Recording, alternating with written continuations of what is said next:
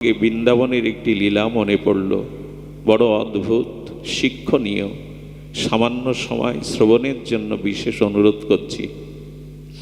আমাদের 84 ক্রোশ মধুবন আনন্দময় ভগবানের সন্দিনী শক্তির আধার শ্রীধাম বৃন্দাবনে শ্রীমন্দিরে বৈকালিক প্রতিদিন ভাগবত পাঠ হতেন। এক মহান আচার্য, ভাগবত আচার্য, প্রতিদিন বৈকালিক এই হরিকথা ভাগবত পরিবেশন করতেন। 20-25 জন ব্রজবাসী, কিছু অনুরাগী ছত্রীমণ্ডলী, তারা এই ভাগবতের শ্রোতা। কিন্তু কিছু মানুষ আছে দেখবেন, কোনো কর্মের মধ্যে কোনো অবস্থানে থেকে তার স্বভাবটা লুকাতে পারে না। একজন হয়তো জোর গলায় কথা বলে, সব পরিস্থিতিতে দেখবেন তার ওই স্বভাবটা প্রকাশ হয়ে পড়ে। কোথায় নিয়ন্ত্রণ করতে হয় অনেকেরই বোধটা থাকে না। ওই আশ্রমেরই একজন নিবেদিত প্রাণ, আশ্রমের সমস্ত কর্ম প্রায় সে করত। ফুল তুলতে হবে, ভক্ত সেবা দিতে হবে, রন্ধনশালার কাজ করতে হবে, বাজার থেকে উপাচার আনতে হবে, আশ্রমে ঝাড়ু দিতে হবে, সব কাজ করত। গুরুদেব তার নাম রেখেছিলেন রামদাস। এই রামদাস সকল কর্মে পারদর্শী হলেও আশ্রমটাকে বলা যায় একা পরিশ্রম করে তিনি আশ্রমের সমস্ত কর্ম সম্পন্ন করতেন। কিন্তু তার একটা স্বভাব ছিল, ভাগবতকে সে ভালোবাসত না। ধ্যান দিয়ে শুনুন। ভাগবত যখন পাঠ হতো কি করত? ভেতরে চেঁচামেচি করত। আর যারা ভাগবতে এসে বসতো তাদের ওখান থেকে ডাকতো, আরে আশ্রমের কাজ কে করবে? ফাঁকি দিয়ে ভাগবতে বসেছ। গুরু মহারাজ ব্যথা পেয়ে মাঝে মাঝে বললেন, রামদাস, তুমি আশ্রমের একনিষ্ঠ কর্মী, তাতে সন্দেহ নেই, কিন্তু ভাগবত কেন ভালোবাসো না? আরে 1-1.5 ঘন্টা পাঠে মনোনিবেশ করো, কাজগুলো তো আগে পরে করে নিয়েও যায়। কে শোনে কার কথা? ভাগবতে উনি মন বসাতে পারেন না। গুরুদেব মাঝে মাঝে বিরক্ত হয়ে যান। আর তিনি কি করেন? বলছেন, গুরুদেব, আরে পাঠ যদি শ্রবণ করি, পাঠেই যদি বসে থাকি, তো আশ্রম কে দেখবে? পাঠ আমার কাজ নয়, আমি পাঠ শুনতে পারবো না, আমাকে আমার মতো কাজ করতে দিন। বলে নীরবে করো। বলে নীরবে আমি কাজ করতে পারি না। এমনি করেই সে ভাগবত বিরোধ করত, ভাগবতে তার রুচি ছিল না। সুধীজন, গুরু মহারাজ বেশি কিছু বললে বলতেন, যারা কাজে ফাঁকি দেয় এরাই ভাগবতে গিয়ে বসে, এদের কাজ নেই। কাজ ফাঁকি দেওয়ার একটা জায়গা হলো ঘন্টার পর ঘন্টা ভাগবতে বসা। গুরু মহারাজ প্রসন্ন হতেন না। একদিন পাঠ চলছে, গম্ভীর রাস 5 অধ্যায়। হঠাৎ করে উনি ঘরের মধ্যে থালাগুলো জোরে জোরে, যে বড় বড় থালা থাকে প্রসাদের, ওই ঝপ ঝপ করে ফেলে দিচ্ছেন। পাকা মেজের ওপরে বড় থালা পড়লে কি জাতীয় উৎকট শব্দ হয়। গুরু মহারাজ ডেকে বললেন, রামদাস, ভাগবতে বিঘ্ন করতে নাই। যখন কথা শুনলেন না, বলে কাজ করবে কে?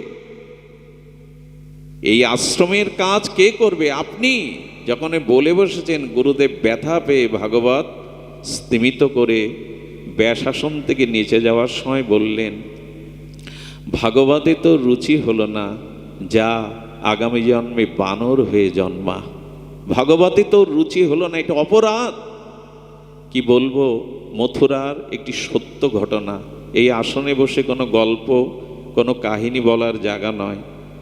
এর 7 দিন পরে রামদাসের কঠিন অসুখ দেখা দিল হাড়ে, এবং সে মারাই গেল। মারা যাওয়ার পরে তার অন্ত্যেষ্টিক্রিয়া হলো যমুনা তীরে। গৌড়ীয় আচার্য কুলতিলকগণ তার মহস্সবাদী করলেন, ভোগ রাগ বৈষ্ণব সেবা সম্পন্ন করলেন। 2 মাস পর গুরুদেব মনে করলেন, এবার ভাগবত সূচনা করা উচিত। খুব ধ্যান দিয়ে শুনুন, মর্মান্তিক সত্য ঘটনা।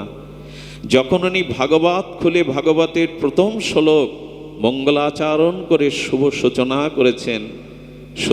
করেছেন ভাগবতের প্রথম শ্লোক, সচ্চিদানন্দ রূপায় বিশ্বোৎপত্তাদি হেতবে তাপত্রায় বিনাশায় শ্রী গোবিন্দ বয়াং নম।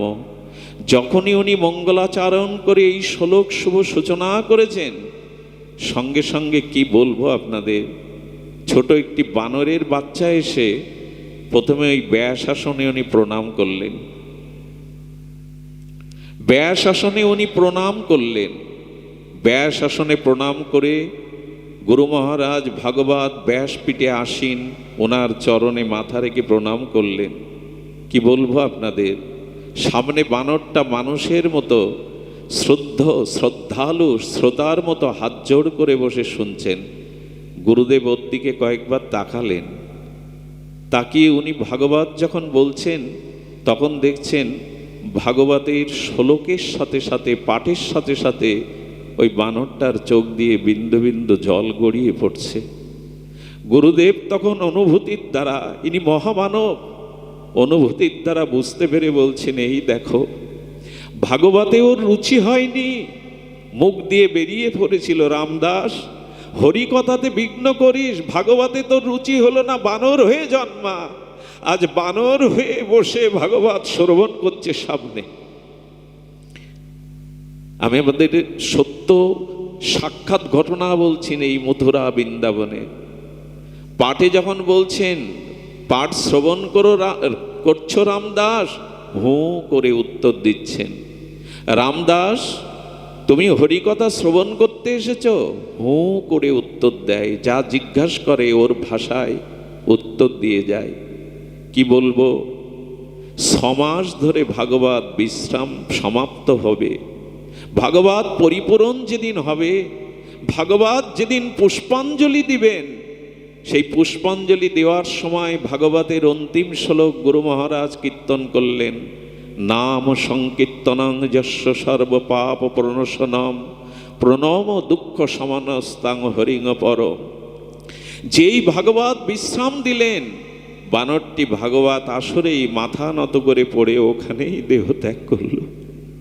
গুরু মহারাজ কাঁদছেন আর বলছেন, এই দেখো গত জন্মে ওর ভাগবতে রুচি হয়নি, হরিকথায় রুচি হয়নি, বানর হয়ে এসে আজও মনে করেছে, উপলব্ধি করেছে ভাগবত শ্রবণ ছাড়া কল্যাণ নাই। বানরটিকে নিয়ে যমুনার ধারে অন্ত্যেষ্টি ক্রিয়া করলেন। তার মহোৎসব করে গুরুদেব বললেন, ওর মতো শ্রেষ্ঠ ভাগবত শ্রোতা আর কাকে পাবো? সামনে বসে চোখের জলে কে এমন শ্রদ্ধালু চিত্তে হরিকথা শুনবে? সবাই বললেন, গুরু মহারাজ ওর গতি বলো, যিনি ভাগবত শ্রবণ করে দেহ ত্যাগ করেন, গোবিন্দ চরণেই তার প্রাপ্তি, গোবিন্দ চরণেই তার পরাপ্রাপ্তি। ভগবত চরণ লাভ করলেন। ঘটনাটা এই কারণে বললাম আমরা, যে ভগবানের দিব্য চিন্ময় অলৌকিক এই লীলা, এই হরিকথা যাদের শ্রবণে রুচি হয়নি, জানতে হবে তারা অনেক সুকৃতি হতে বঞ্চিত। যতদিন মানুষের মহৎ মুখে, সাধু মুখে, সন্ত মুখে ভগবানের কথা শ্রবণে রুচি না হবে, জানতে হবে তার পূর্ণকৃত রাশি সঞ্চিত নাই। তাই যারা এসেছেন কৃপা করে সময় পেলেই ভগবানের গুণগাথা মহিমা শ্রবণ করবেন।